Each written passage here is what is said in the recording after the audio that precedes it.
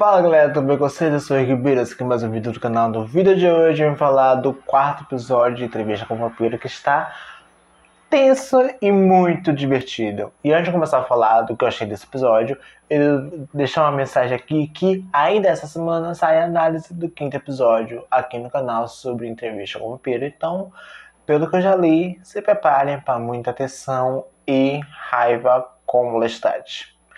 E não se esqueça de se inscrever no canal e ativar as notificações para receber mais conteúdos quanto a esse. Também nos sigam nas nossas redes sociais. Bom, o episódio já começa vamos dizer, explorando ainda mais o Daniel, né, como personagem nessa própria história, nessa relevância que esse personagem tem com tudo que ele já foi mostrado sobre ele até agora. E a gente vê que é um personagem que ainda precisa melhorar muito como pessoa, tem uns comportamentos ali um pouco chatos. Eu ainda não entendi quando ele começa a investigar um pouco da vida do Rashid. É uma coisa que a série poderia não ter mostrado porque foi irrelevante, porque não teve importância nenhuma, já que não deu em nada. Porque a gente sabe que o Rashid sabe que o Louis é um vampiro, então não tinha um porquê, sabe? Tá pegando esse senso investigativo dele, sendo que foi mais do mesmo pra gente que acompanha a série. A gente começa também agora a ler os diários da Cláudia. E, gente, que escrita maravilhosa, ainda mais não deixando explicitamente alguns detalhes, como o fato de ser vampira dentro deles, o que foi algo muito legal de se ver, ainda mais por ser diários históricos, né, como o próprio Daniel diz, né, é uma mistura de Anne Frank com o Stephen King. E primoroso, né, terror apaixonante. E a gente já começa essa narrativa a partir daí, vendo um pouquinho da inocência da própria personagem perante a tudo que ela tinha sofrido até chegar dali, ela tratando o próprio Louis como anjo que salvou ela da morte, e do próprio Lestat, né, que deu a vida para ela.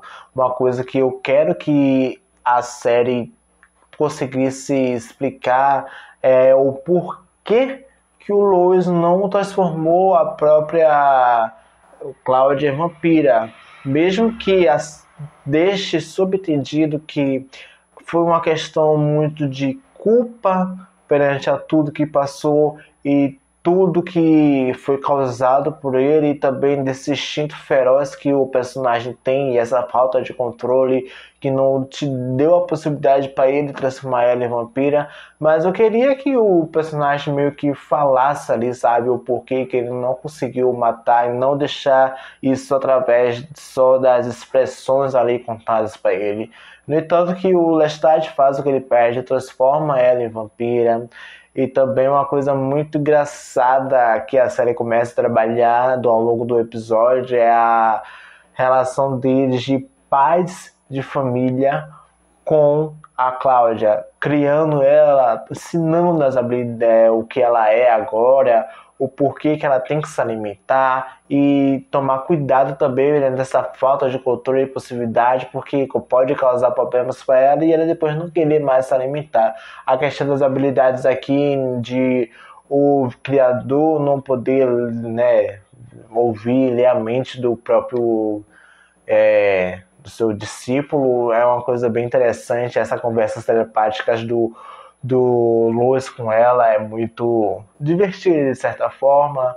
Eles ali, né, ensinando a ela a matar, a escolher suas vítimas. No entanto, que eles dão ali uma vítima para ela e ela não aceita. E deixa uma coisa bem explícita na relação de adolescentes, como também tem essa questão do hormônio, mas também tem a questão do desafio. Todo adolescente gosta de não seguir regras. E quando ele impôs isso a ela resolveu pegar e vou ali pegar um outro cara. E ao escolher um policial, me remeteu muito ao que foi falado no episódio anterior, na questão de seletividade, de escolher pessoas mas para poder matar. E como jovem, eu acho que ela conseguiu de alguma forma sentir os sentimentos ruins e podres do policial, e por isso que ela matou. Porque se foi questão de impulsividade, foi uma quebra muito ruim, mas se não foi, foi assim um acerto meio indireto de contar o que eu gostei dessa forma da série, como tratou esse começo de vampiresco da Cláudia. E a partir daí a gente foca muito na adolescência da personagem, né? De todos esses sentimentos que ela tem, todos esses hormônios que ela tem, de toda hora, sabe, tá fazendo alguma coisa, não parar, essa imperatividade, toda essa afinidade que ela tem com o pai e não com o outro, e essa briga que ele tem com os dois. É uma coisa muito legal de estar vendo, ainda mais reforçando, né, que os filhos têm algum pai ou mãe preferido, não tem como fugir dessa, e é um fato, e a série mostrou isso de uma forma um pouco divertida e tensa ao mesmo tempo, até porque o Lestat, né, para poder, sabe, trabalhar um pouquinho dessa afinidade com sua nova cria, ele leva ela a um bosque onde duas pessoas estavam tendo um relacionamento fogoso, e ainda mais uma coisa que é muito complicada e também tem uma correlação aí a muitas coisas aí, é como esse primeiro olhar dela reflete muito nos comportamentos seguintes dela, como isso abre os desejos dela de querer alguém, de se sentir amada, desejada e, sabe, possuída de alguma forma. Foi um pouco bizarro as cenas seguintes da morte desses caras, mas a influência de tudo já foi um ponto muito crucial dessa descoberta do primeiro amor, de todos esses sentimentos que esse sentimento traz, dela ficar vindo e mexe toda hora só desejando, pensando alucinadamente sobre ele, sabe? Querer beijar ele, querer estar perto dele. É uma coisa muito interessante porque nos remete muito ao que o Lois sentiu no começo e a gente vê agora trabalhado de outra forma. Foi muito legal de se ver. Uma coisa muito chata para mim foi a questão do racismo, né? De ela ter que lidar com essas situações. E o comportamento dela seguinte perante a tudo isso, eu não ia julgar ela, porque as branquelas nojentas mereciam ter morrido, mas elas não morreram, então é uma questão de sorte para elas, que elas não vão ter na possível próxima vez. E aqui também a gente trabalha nessa questão do controle dela perante a todos esses sentimentos que ela está sentindo ali naquele fogo que a relação a dois traz, e ela acaba matando seu amor por achar que ele ainda ia sobreviver a uma chupada de sangue de leve dela. A gente vê essa questão dela também de desilusão perante a tudo, querer que ele fosse salvo perante um erro dela, e o Lestat sempre está reforçando que ela é uma vampira, ela não tem que se apaixonar por um humano e, sabe, achar que ele vai sobreviver de alguma forma a qualquer ataque que ela faz contra ele. Então, esses sentimentos que ele queria trazer para ela foi um pouco difícil de lidar, porque ela era uma jovem, ela não precisava estar olhando, sabe, o amor da sua vida, ter aquilo, né, tá ali indo embora de uma vez por todas.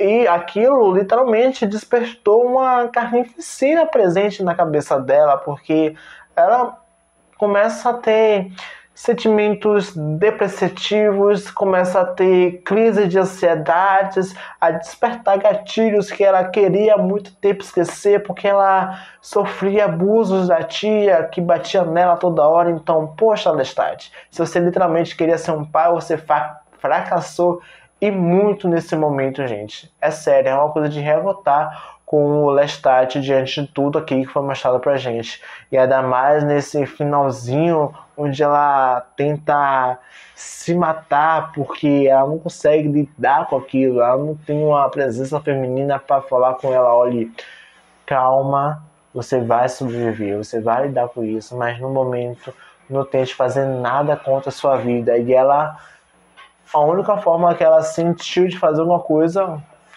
foi aquilo. E, gente, é tão complicado essa questão, ainda mais na época onde tudo isso era tão, sabe, intenso, 8 por 80, sabe?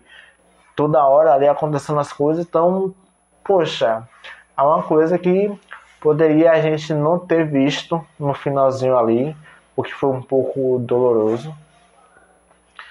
Eu achei que ela ia morrer naquele momento, mas a gente sabe que ela não morreu, ela só literalmente não tá sabendo lidar com tudo isso. E uma coisa muito importante da série é como os pais se sentem perante a todos os sentimentos dos filhos, onde temos uma conversa do Luz com o Daniel, onde eles falam ali como é difícil lidar com a criança, ainda mais com o filho, você não poder conseguir entender o que se passa sem que ele te dê uma certa liberdade para poder falar tudo que está sentindo, e ele não poder ter visto os sinais, né, do que ela estava passando, e depois só descobrir através dos diários e, sabe, se culpar por tudo que ela passou, se tinha essa culpa, e ainda mais, né, diferente a tudo.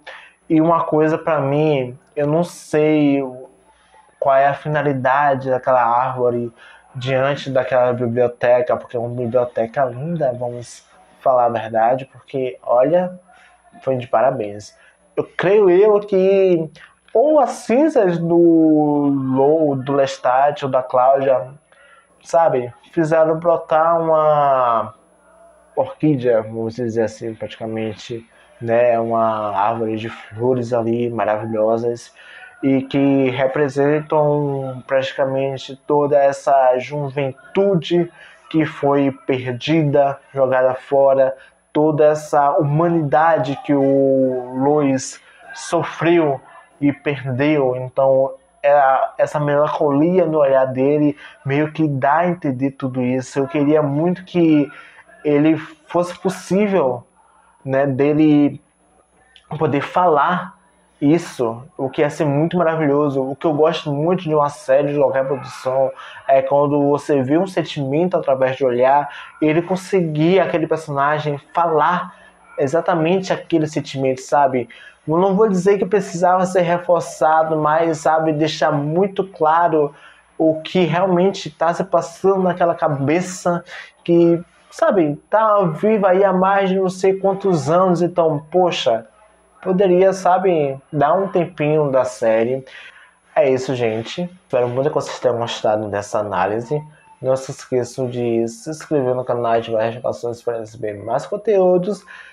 E esperem o 5º episódio, porque como eu falei a vocês não estão preparados. E pelo que eu vi, ninguém está preparado. E se houver muitas mortes, ainda é pouco para o que está literalmente por vir. E até a próxima, gente. Tchau.